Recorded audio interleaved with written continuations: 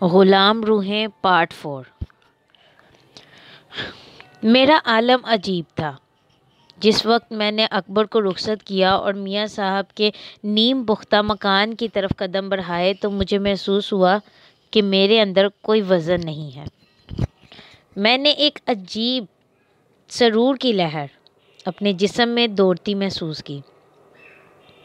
میں نے محسوس کیا جیسے میں اب محفوظ ہوں اور باہر کی دنیا کا کوئی شخص مجھے پریشان کرنے کی جرات نہیں کر سکتا۔ سکون اور سرور کی زندگی میری منتظر ہے۔ اس وقت میرے باغبانہ خیالات بھی ختم ہو گئے تھے۔ آئی ریپیٹ، اس وقت میرے باغیانہ خیالات بھی ختم ہو گئے تھے۔ میں نے پہاڑی کے نیچے دور نظر آنے والی آبادی کو بے نیازی سے دیکھا اور آئندہ زندگی میں نیکیوں اور سچائیوں کا عزم لے کر آگے بڑھا۔ دروازے پر ہی مجھے میاں صاحب کی آواز سنائی دی، آ جاؤ شاہد میاں۔ میں نے اپنا سامان دروازے پر چھوڑا اور والہانہ انداز میں میاں صاحب کے پیروں پر گر گیا۔ انہوں نے میرے سر پر ہاتھ رکھا اور کہنے لگے، خدا کا سایہ تم پر ہو، تم حق کے امین رہو۔ میرے بچے، یہ نفس بڑا ظالم ہے، اسے قربان کرو اور ماضی کو فراموش کر کے ذکر الہی میں مشغول ہو جاؤ۔ وہ پہلی شام جو میں نے اس پہاڑی پر گزاری میری زندگی کی ناقابل فراموش شام تھی، جب میاں صاحب کے ارادت مند ایک ایک کر کے رخصت ہو گئے اور روشنیاں سورج کے ساتھ غروب ہو گئیں تو میں نے دیکھا سیاہی اور خاموشی کی ایک پراسرار چادر اس جزیرہ نما پہاڑی پر تن گئی ہے۔ مگر اس شام مجھے کوئی خوف محسوس نہیں ہوا۔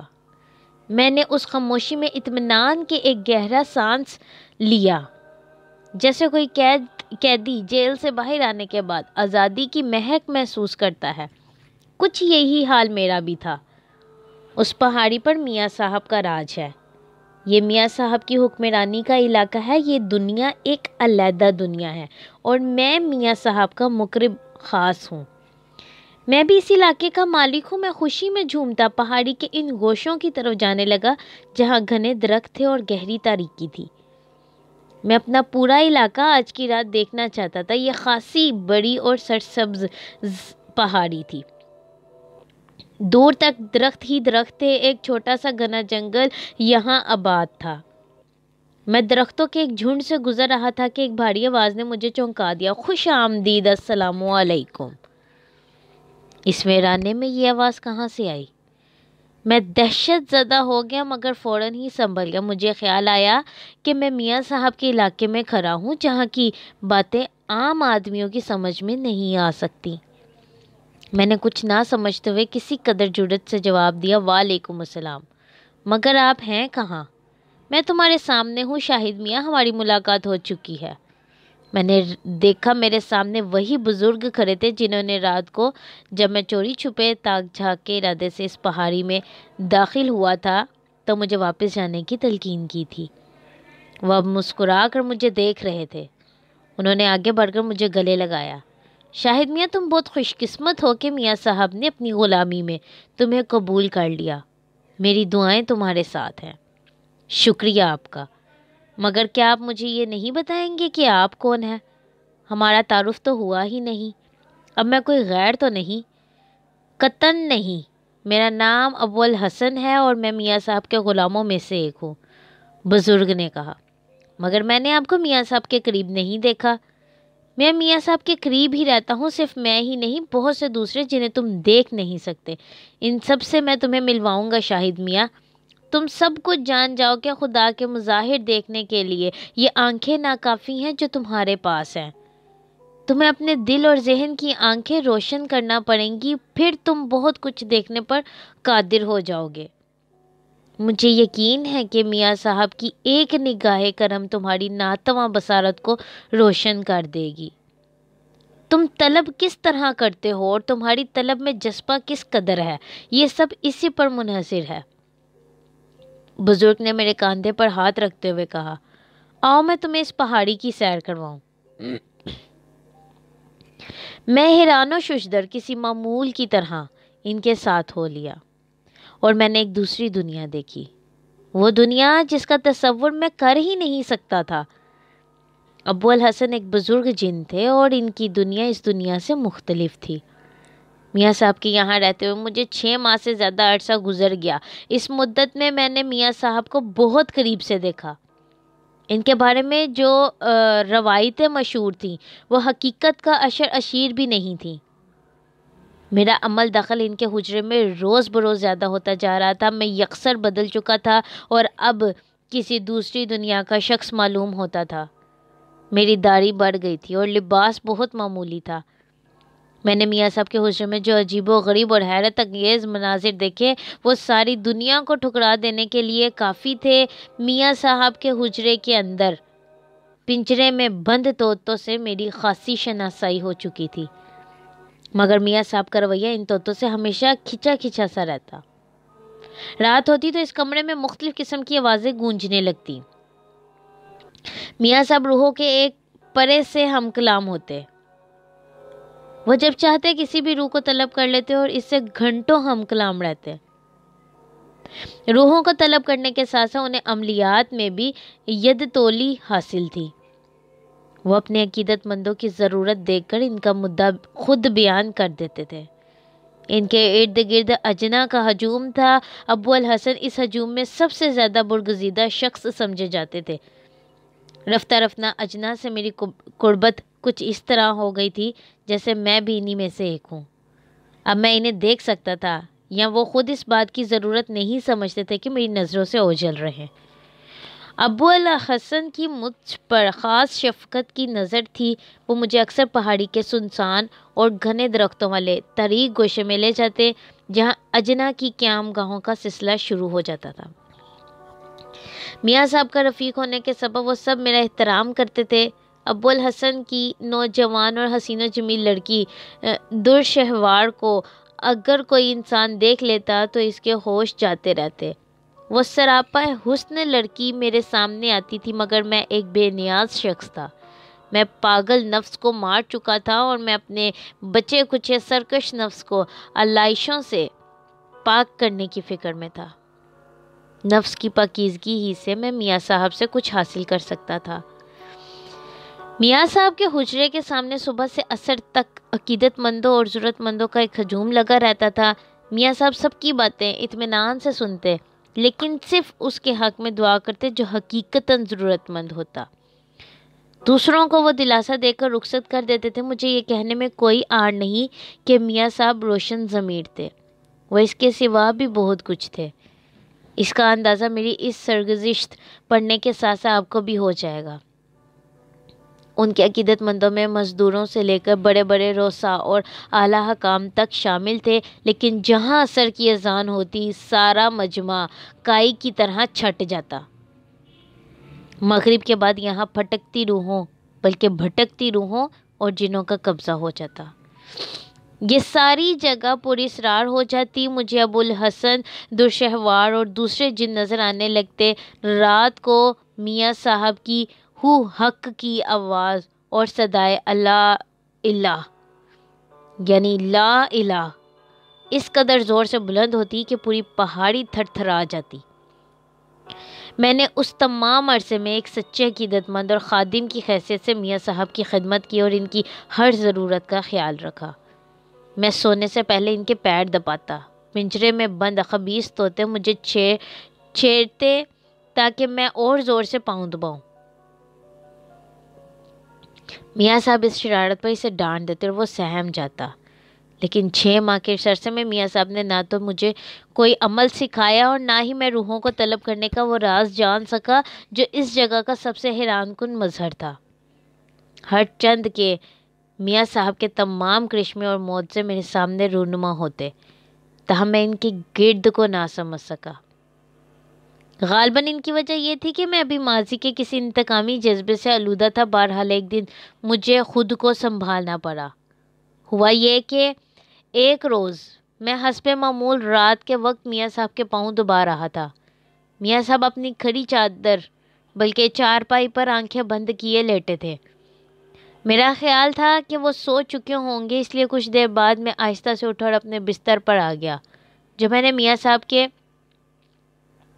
پاؤں کے پاس ہی ایک پائنتے کے ایک کنارے لگا دیا تھا۔ ابھی میں بستر پر لیٹ کر کمر سیدھی بھی نہ کرنے پایا تھا کہ میاں صاحب کی زوردار حق اللہ کی آواز میرے کانوں سے ٹکرائی۔ وجد کی حالت میں وہ ہمیشہ حق اللہ کے نعرے بلند کیا کرتے تھے۔ سوتے میں بھی ان کا ورد جاری رہتا اور حق اللہ کی مدھم آواز ابھرتی رہتی تھی۔ لیکن اس وقت میاں صاحب کی زوردار حق اللہ کی آواز اتنی تیز تھی کہ میں ہڑبڑا کر اٹھ گیا۔ پلٹ کر دیکھا تو میاں صاحب چارپائی پہ بیٹھے نظر آئے۔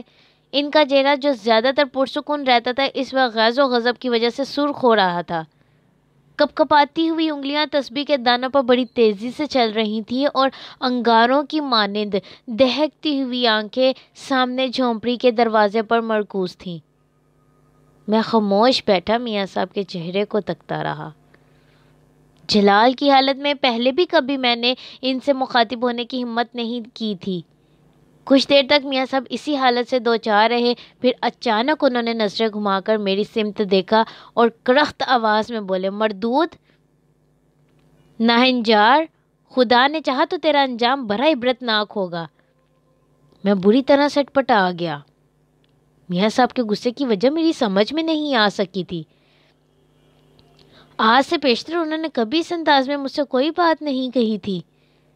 ہمیشہ اولاد کی طرح مجھ سے محبت سے پیش آتے تھے۔ چنانچہ میرا بوکھلا جانا یقینی بات تھی۔ ابھی میں حیرت سے دوچار تھا کہ میاں صاحب کے ہونٹوں کو دوبارہ جنبش ہوئی۔ وہ اسی جلالی کیفیت میں بولے، آ میرے پاس آ، میں تجھے بتاؤں گا کہ تیری حقیقت کیا ہے۔ اتنی جلدی اپنی اوقات بھول گیا؟ میاں صاحب کا دوسرا جملہ سن کر میں پسینے میں ہامتا کامتا اٹھا اور ان کے سامنے دو زانو ہو گیا۔ لیکن میاں صاحب کی نظریں بدستور اسی جانب جمی ہوئی تھیں جہاں میں پہلے بیٹھا تھا۔ ان کی پلکوں کو ایک معمولی سی جنبش بھی نہیں ہوئی تھی۔ ان کے ہاتھ بڑی تیزی سے کانپ رہے تھے۔ پورا چہرہ مارے غصے کے اتنی شدت سے جھٹکے کھا رہا تھا جیسے اس میں بڑکی روح دو رہی ہو۔ میں نے ڈرتے ڈرتے زبان کھولی، میاں صاحب، اگر مجھ سے کوئی بھول ہو گئی ہے تو میں اس کے لیے معافی چاہتا ہوں۔ مظلوم کی آہ کبھی خالی نہیں جائے گی۔ تیرا اقتدار اب وقتی ہے۔ میاں صاحب میری سمت متوجہ ہوئے بغیر کہتے رہے، میرے پاس مدد کے لیے مت آنا نابکار، میرے پاس نہ آنا۔ میری سمجھ میں خاک نہیں آ رہا تھا کہ میاں صاحب یہ باتیں مجھ سے کیوں کہہ رہے ہیں۔ میں حیرت سے، بلکہ حیرت و استعجاب کی کیفیت سے دو چار خراب پھٹی پھٹی نظروں سے میاں صاحب کو دیکھتا رہا۔ میرے دل میں خیال آیا کہ کہیں میاں صاحب کو میرے دل کا بھید تو نہیں معلوم ہو گیا جو مجھے سرزنش کر رہے تھے۔ خوف اور دہشت کی لہر اٹھی تو میں سر تا پا لڑز گیا، یعنی سر تا پا لڑز اٹھا۔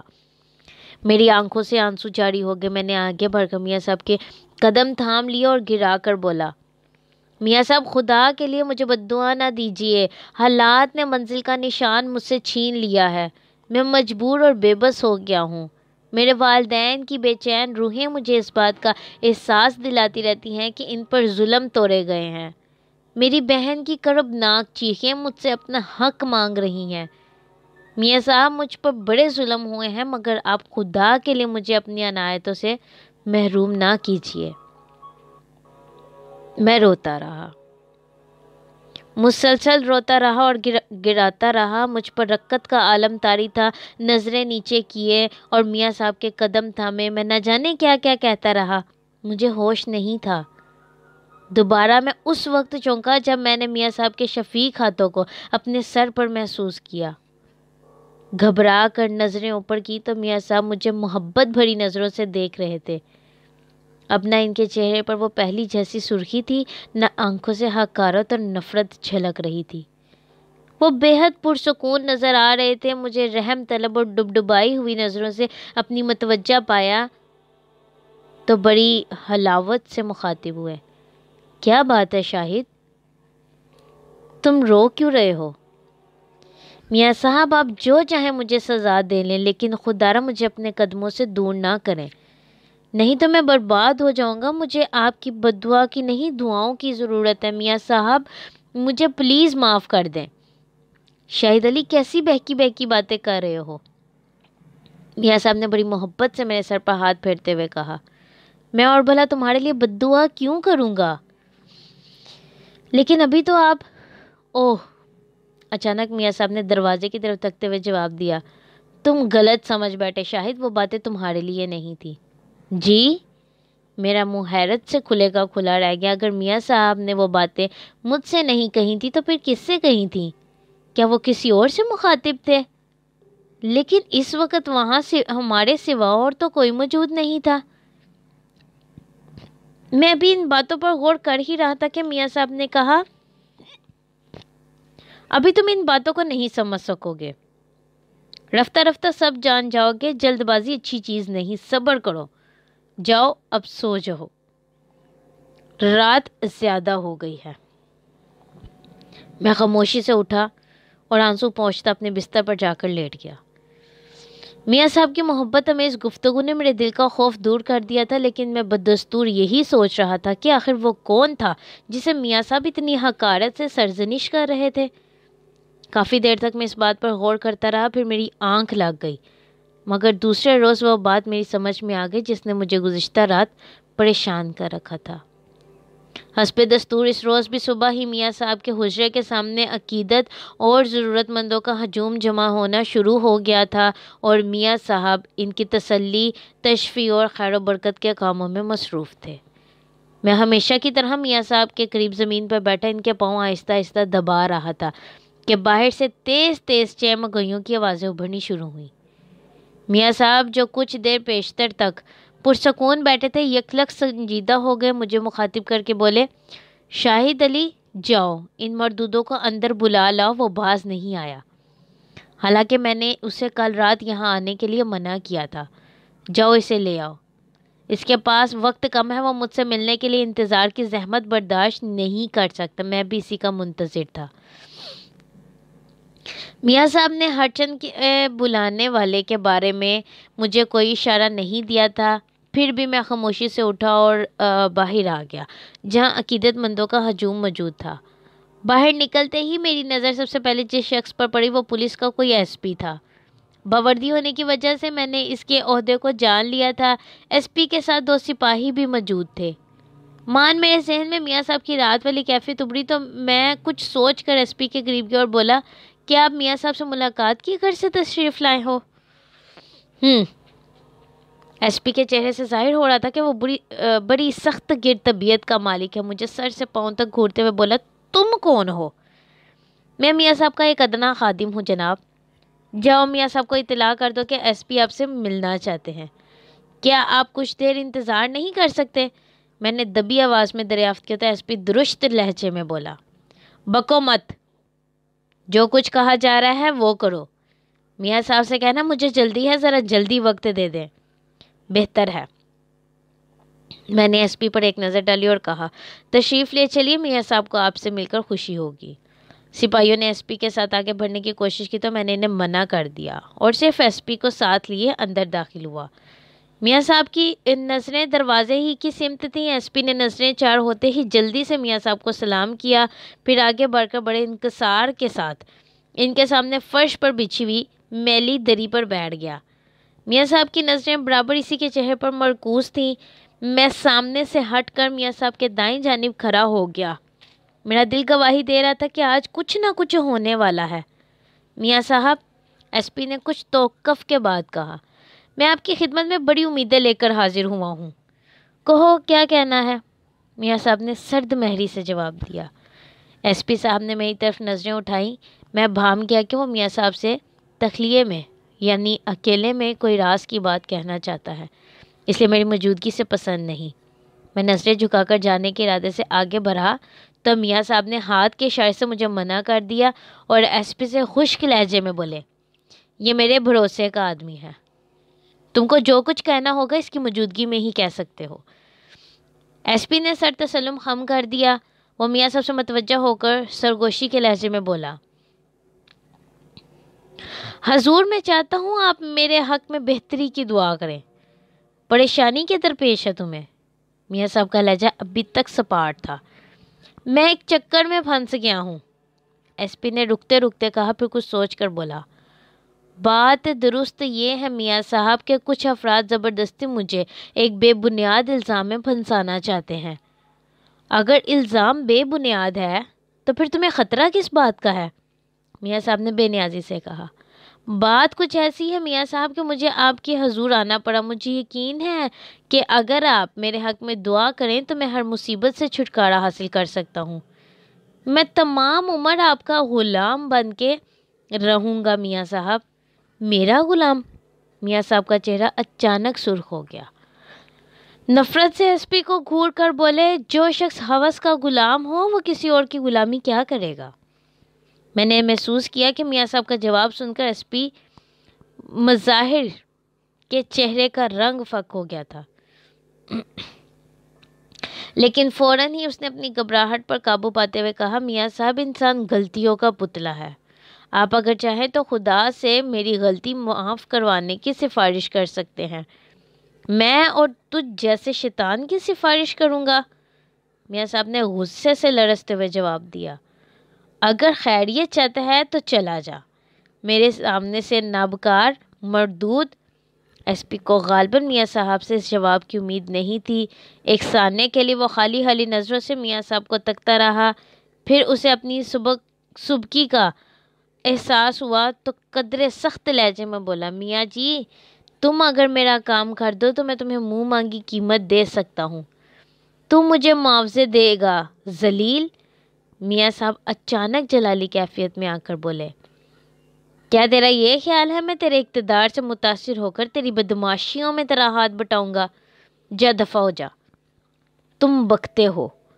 ایس پی بھی جھلا کر غصے میں اٹھ کھڑا ہوا اور دان پیس کر بولا، میں صرف یہی دیکھنے آیا تھا کہ تم کچے عقیدت کے بھولے بھالے اور معصوم لوگوں کو کس طرح لوٹ رہے ہو، لیکن اب تمہارا یہ بزنس نہیں چلے گا۔ میں آج ہی تمہارے وارنٹ گرفتاری جاری کراتا ہوں، پھر دیکھتا ہوں کہ تم کتنے پہنچے ہوئے اور خود اپنے بچاؤ کے لیے کیا کرتے ہو۔ کمبخت تو مجھے آزمانے آیا تھا؟ تو بھول گیا میں نے رات ہی تجھے یہاں آنے سے منع کر دیا تھا۔ رات میں ذرا دیر سے پہنچا، کاش میں پہلے پہنچ جاتا۔ دیکھنا چاہتا ہے کہ میں تیرے بارے میں کیا جانتا ہوں؟ لے دیکھ کہ تیرے یہاں آنے کا اصل مقصد کیا ہے۔ میاں صاحب سرتا پیر تھرتھراتے ہوئے بولے، پھر انہوں نے سیدھا ہاتھ اٹھایا اور شہادت والی انگلی سے بائیں جانب اشارہ کیا اور کڑک کر ایس پی سے کہا، ادھر دیکھ بدماش، وہ ہے تیرے آنے کا سبب۔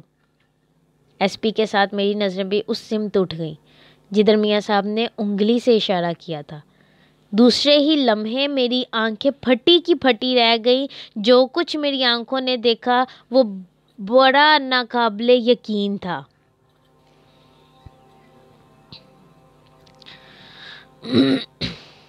ہو سکتا ہے کہ آپ میری اس بات کو تسلیم کرنے سے انکار کریں، لیکن جو کچھ میں نے دیکھا وہ خواب نہیں بلکہ حقیقت تھی۔ جس طرح میاں صاحب نے شہادت کی انگلی اٹھائی تھی، وہاں کچے فرش پر ایک نوخیز حسینہ لیٹی نظر آ رہی تھی، لیکن ایک روندی ہوئی لاش کی صورت میں۔ اس کا جسم برف کی سل کی مانند سفید پڑ چکا تھا۔ جسم کے کپڑے جن پر جگہ جگہ خون کے دھبے جمے ہوئے تھے اس بری طرح پھٹے ہوئے تھے کہ ان سے 70 پوشی بھی نہیں ہو رہی تھی۔ اس کے برہنہ سینے اور آڑیاں رانوں پر جا بجا تیز ناخنوں کے خرونچے صاف دکھائی دے رہے تھے اور گالوں پر دانت کے زخم نظر آ رہے تھے۔ آنکھیں اس طرح کھلی ہوئی تھیں جیسے اسے خود بھی اپنی حالت پر سکتہ ہو رہا ہو۔ برف کی طرح سفید چہرے پر معصومیت ہی معصومیت پھیلی ہوئی تھی۔ میں نے لاش پر سے نظر ہٹا کر ایس پی کی طرف دیکھا۔ ہکا بکا کھڑا نوخیز حسینہ کی لاش کو سہمی ہوئی نظروں سے دیکھے جا رہا تھا۔ اس کے چہرے پر خوف و دہشت کی پرچھائیاں لرز رہی تھیں۔ حجرے میں موت کا سناٹا طاری تھا۔ اچانک میاں صاحب کی آواز سناٹے کا سینہ چیرتی ہوئی ابھری، وحشی درندے، تیرا نامہ اعمال اس کی زبانی بیان کرواؤں گا۔ میں اس حیا کی پتلی کی زبان سے تجھے تیری کمینگی کی داستان سنوانے کی طاقت بھی رکھتا ہوں۔ تیرا گناہ تیرے سامنے ہے، اب اور کیا دیکھنا چاہتا ہے؟ ایس پی میاں صاحب کی آواز سن کر یوں چونکا جیسے کوئی بھیانک خواب دیکھتے دیکھتے ڈر کر جاگ اٹھا ہو۔ اس نے میاں صاحب کی طرف خوفزدہ نظروں سے دیکھا، پھر کچھ کہنا چاہتا تھا لیکن میاں صاحب نے اسے اس کا موقع نہیں دیا اور جلالی حالت میں بولے، جا، چلا جا یہاں سے مردود، تو نے اسے پامال کیا، خدا تجھے پامال کرے گا۔ ایس پی نے جواب میں نظریں نیچی کر لیں۔ ایک لمحے تک وہ کسی بت کی طرح اپنی جگہ کھڑا رہا، پھر تیزی سے پلٹا اور لمبے لمبے قدم اٹھاتا حجرے سے باہر نکل گیا۔ میں نے اس کے جانے کے بعد دوسری بار اس لڑکی کی لاش کو دیکھنے کے لیے نظریں گھمائیں تو وہ وہاں موجود نہیں تھی۔ ٹھیک اسی لمحے باہر گولی چلنے کا دھماکہ ہوا اور میاں صاحب ٹھہری ہوئی آواز میں بولے، وہ اپنی سزا کو پہنچ گیا۔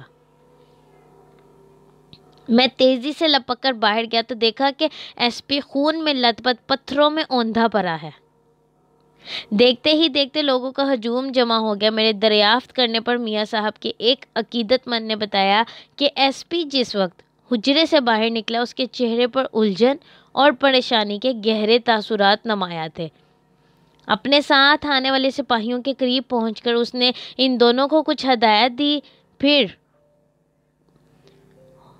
پسٹل سے ہولسٹر سے ریوالور نکال کر نال کنپٹی سے لگائی اور لبلبی دبا دی۔ میں معلومات حاصل کر کے واپس حجرے میں گیا تو دیکھا میاں صاحب ہاتھ اٹھائے دعا کرنے میں مشغول تھے۔ ان کے چہرے پر اس وقت غیظ و غضب کی بجائے نور کی کرنیں نچھاور ہو رہی تھیں۔ میں آہستہ سے آگے بڑھ کر میاں صاحب کے قریب بیٹھ گیا اور ان کے پاؤں دبانے لگا۔ میاں صاحب ہاتھ پھیلائے اور آنکھیں بند کی کسی کے حق میں دعا مانگنے میں مصروف تھے۔ اس واقعے کے بعد مجھے اپنے ذہن کی کسی گمشدہ کونے میں موجود اپنے نفس کی خباثت کو نکالنا پڑا۔ میں نے خود کو عبادت میں مشغول کیا اور اپنی ساری توجہ میاں صاحب کی خدمت اور وظائف پر صرف کر دی۔ میں باہر صورت میاں صاحب کی نظر میں ایک سچے عقیدت مند کی صورت میں آنا چاہتا تھا۔ جس روز ایس پی والا حادثہ پیش آیا اس روز کے بعد سے میاں صاحب کی مہربانیاں میرے ضمن میں بڑھنی شروع ہو گئی۔ اب انہوں نے مجھے چھوٹے چھوٹے وظیفے بتانے شروع کر دیے تھے۔ 2 ماہ کے اندر میں بہت سارے عملیات کا عامل بن گیا۔ پھر رفتہ رفتہ میاں صاحب کی عنایتیں اور بڑھیں تو میں نے ان کی ہدایت پر چلے کھینچنے شروع کر دیے۔ 8 ماہ تک میاں صاحب نے مجھے دن رات چلوں اور جلالی جمالی وظیفوں میں ایسا مشغول رکھا کہ مجھے خود اپنی ذات تک کا ہوش باقی نہ رہا۔ پھر جب مجھے ذرا سکون ملا تو میں نے محسوس کیا کہ میرے اندر میاں صاحب جیسی کچھ صفات آ چکی ہیں۔ اب وہ اپنے چھوٹے موٹے ضرورت مندوں کو میرے حوالے کر دیا کرتے تھے اور میں ان لوگوں کو حسب حیثیت اپنی روحانی قوتوں سے فیض پہنچایا کرتا تھا، مگر جو سچ پوچھیں تو میں اب بھی مطمئن نہ تھا۔ مجھے کسی وقت یہی فکر لاحق ہو جاتی کہ کسی طرح میاں صاحب سے روحوں کو بلانے کا عمل سیکھ لوں۔ کئی بار یہ سوچ کر میاں صاحب کے سامنے گیا کہ ان سے مدعا بیان کر دوں، لیکن ہر بار میری ہمت جواب دے جاتی۔ بعد میں مجھے اپنی کم ہمتی پر غصہ بھی آتا، لیکن نہ جانے کیوں روحوں کو قبضے میں کرنے اور انہیں طلب کرنے کا عمل دریافت کرنے کے سلسلے میں میاں صاحب کے روبرو میری زبان ہمیشہ گنگ ہو جایا کرتی تھی۔ اس طرح 4 سال گزر گئے۔ 4 سال میں میاں صاحب کے قریب رہا اور ان کی ہدایات کی روشنی میں علوم روحانی سیکھتا رہا۔ مجھے یاد نہیں رہا کہ میں نے مشکل ترین چلے کھینچنے میں کس قدر وقت صرف کیا۔ مجھے اتنا یاد ہے کہ میں پہاڑی کے سنسان گوشوں میں تنہا رات بھر اپنا عمل جاری رکھتا۔ درشہوار میرے لیے کھانا لاتی اور ابو الحسن میری نگہداشت کرتے۔ میں پہلے عرض کر چکا ہوں کہ میں نے اپنی خواہشوں اور جذبوں کو بھلا دیا تھا، لیکن درشہوار کے حسن و جمال میں کچھ ایسا اثر تھا کہ اس کی طرف نگاہیں اٹھاتے ہوئے جھجکتا تھا۔ ابو الحسن مجھے اپنے خاندان ہی کا فرد سمجھتے تھے۔ پہاڑی پر بسنے والے تمام اجناء میرے باب میں اب بہت زیادہ پرتپاک ہو گئے تھے۔ میاں صاحب کی صحت گرنے لگی تھی۔ 4 سالوں میں اکبر کئی بار میرے پاس آیا اور میرے روز بدلتے ہوئے حلیے اور لمبی داڑھی کو دیکھ دیکھ کر حیران رہ گیا۔ میرے لہجے اور انداز میں تبدیلی آ گئی تھی۔ میں قمیض اور پاجامے میں ملبوس بہت زیادہ اور بڑی پاک باز زندگی گزار رہا تھا۔ اکبر میرا دوست تھا اور وہ مجھے کشاں ملنے آ جایا کرتا تھا، مگر میں اکبر سے ملنا نہیں چاہتا تھا۔ اکبر کے آنے سے مجھے اپنا ماضی یاد آ جاتا تھا۔ اس کی صحبتوں سے مظالم اور ناانصافیوں کے وہ تمام سلسلے مل جاتے ہیں جن سے غریز کر کے میں یہاں آیا تھا۔ میں پہاڑی سے نیچے نہیں دیکھنا چاہتا تھا کہ وہاں مجھے اندھیرے نظر آتے تھے۔ وہاں انسان نہیں تھے جو ایک دوسرے سے لڑ جھگڑ رہے تھے، انسان جو ہمیشہ ایک ساتھ رہنے پر اصرار کرتے ہیں۔ لوگ کہتے ہیں وہ غول پسند ہیں، مگر یہی ساتھ رہنے والے لوگ ایک دوسرے کے دشمن ہیں۔ ان میں انتشار ہے اور ان کے نفس پر گندہ ہے۔ میاں صاحب سے ملنے جو ضرورت مند آتے وہ اپنے ساتھ بھیانک داستانیں لیے آتے تھے، ایسی لرزہ خیز کہانیاں جنہیں سن کر میں کانپ جاتا تھا۔ ہر شخص دوسرے پر ظلم کر رہا تھا۔ بعض اوقات میرا جی چاہتا تھا کہ میں ظالموں کو عبرت ناک سزائیں دوں۔ مجھ سے وہ غریب اور معذور لوگ نہیں دیکھے جاتے تھے جنہیں آسودہ حال اور طاقتور لوگوں نے پیس ڈالا تھا۔ جس کی شکایت سنیے وہ ایک داستان غم لیے ہوئے آتا تھا۔ ان لوگوں سے انسانیت کے شرمناک واقعات سن کے اس دنیا سے میرا دل اچاٹ ہو گیا تھا اور میں زیادہ انہماک سے اپنی عبادت اور ریاضت میں غرق ہو گیا۔ اب میں تھا اور مختلف وظائف تھے۔ میری راتیں تھیں اور میری ریاضت تھی، میاں صاحب تھے اور میری خدمت تھی۔ میرے اس انہماک کامل کا نتیجہ یہ نکلا کہ ارادت مندوں کا ایک ہجوم میرے گرد بھی جمع ہونے لگا۔ میری زبان میں بھی کچھ ایسی تاثیر پیدا ہو گئی کہ میری دعائیں قبول ہونے لگیں۔ میاں صاحب اس بات پر بہت خوش تھے۔ میں عموماً چھوٹے میاں صاحب کے نام سے پکارا جانے لگا۔ میں عرفان و آگاہی کی منزلوں سے گزر رہا تھا۔ میری نظر میں میاں صاحب کا مرتبہ اور بلند ہو رہا تھا۔ ہر ماہ کے آخر میں بدھ کی روز صبح سویرے میاں صاحب کے حجرے کے باہر ایک نشست جمتی تھی۔ یہ سلسلہ اس وقت سے جاری تھا جب میں یہاں آیا تھا۔ اس میں میاں صاحب ایک عالمی شخص کی حیثیت سے شریک ہوتے۔ اس نشست میں ہر مذہب کے عالم و فاضل اشخاص آتے اور وحدت الوجود، فلسفہ حیات اور تصوف پر بڑی آزادانہ گفتگو کرتے تھے۔ عام طور پر ان کی گفتگو بہت سادہ انداز میں ہوتی تھی۔ صرف ایک نوجوان طالب علم تھا جو بڑا ذہین اور فتین معلوم ہوتا تھا۔ گفتگو میں اس کا لہجہ کسی قدر گستاخی کا ہو جاتا، مگر بلکہ میاں صاحب مسکراتے رہتے اور اس سے خوش اخلاق اور شیرینی بیانی سے سمجھاتے کہ وہ فوراً ہی معذرت کرنے لگتا۔ مجھے طالب علم جس کا نام سلیم تھا بہت پسند تھا۔ وہ میرا بھی بڑا لحاظ کرتا تھا۔ ویسے اس کا رجحان کچھ الحاد کی جانب زیادہ تھا۔ انہی لوگوں میں ایک بڑا پنڈت بھی تھا جس کا سر گھٹا ہوا اور لباس خالص ہندو پنڈتوں جیسا تھا۔ وہ سنسکرت اور ہندوستان کی قدیم زبانوں کا ماہر تھا۔ اتنا بڑا پنڈت نہ جانے کیسے میاں صاحب کے پاس ہر ماہ آخری بدھ کو اس مناظرے میں شریک ہونے آ جایا کرتا تھا۔ میاں صاحب اسے بڑی قدر و منزلت سے بٹھاتے، مگر مجھے وہ شخص بالکل اچھا نہ لگتا تھا۔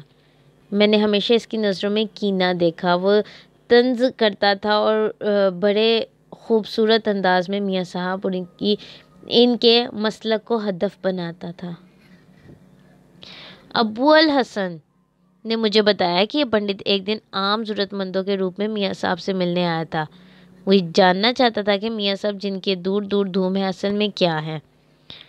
جب وہ ضرورت مندوں کی بھیڑ میں بیٹھ گیا تو اسے میاں صاحب نے فوراً اندر بلا لیا، بڑی عزت سے بٹھایا۔ انہوں نے اس سے کہا، پنڈت جی آپ نے کیسے زحمت کی؟ پنڈت میاں صاحب کی اس ادا پر بہت جذب ہوا اور سنبھل کر بولا، میں نے آپ کے متعلق بہت کچھ سنا ہے، مگر جو سنا ہے اس پر مجھے یقین نہیں۔ میری نظر میں میری عقیدے زیادہ پختہ اور حق کے قریب ہیں۔ آپ نے مجھے پہچان لیا، میں سمجھتا ہوں یہ کوئی بڑی بات نہیں۔ یہ 2-3 تماشے تو عام آدمی بھی جانتے ہیں۔ یقیناً آپ نے اس میں کوئی ریاضت کی ہوگی۔ میں تو آپ سے جو فلسفہ حق پر جو کچھ گفتگو کرنا چاہتا ہوں، ممکن ہے میں آپ سے کچھ حاصل کر سکوں یا ممکن ہے آپ کو کچھ سمجھا سکوں۔ پنڈت کی بات سن کر میاں صاحب مسکرائے اور انہوں نے کہا، ٹھیک ہے اونکار ناتھ جی، آپ یہاں آیا کیجیے، مجھے آپ سے گفتگو کر کے بڑی خوشی ہوگی۔ پنڈت چلا گیا اور ہر ماہ کی آخری بدھ کو اس قسم کی نشست کی طرح پڑ گئی۔ مختلف عقائد کے لوگ اس میں شریک ہونے لگے، مگر پنڈت اونکار ناتھ سے وہ واحد شخص ہے جو مسلسل 5 سال سے آ رہا ہے۔ گو اس کے اتوار میں اب پہلے جیسی ناشائستگی نہیں ہے، تاہم اب بھی وہ میاں صاحب کو قائل کرنے یا انہیں زیر کرنے کا ارادہ ذہن میں رکھتا ہے۔ اس پنڈت کو بھی کچھ غیر معمولی اور ماورائی اور روحانی قوتیں حاصل ہیں اور اس کا شمار ہندو مذہب کے سب سے بڑے عالموں میں ہوتا ہے۔ غلام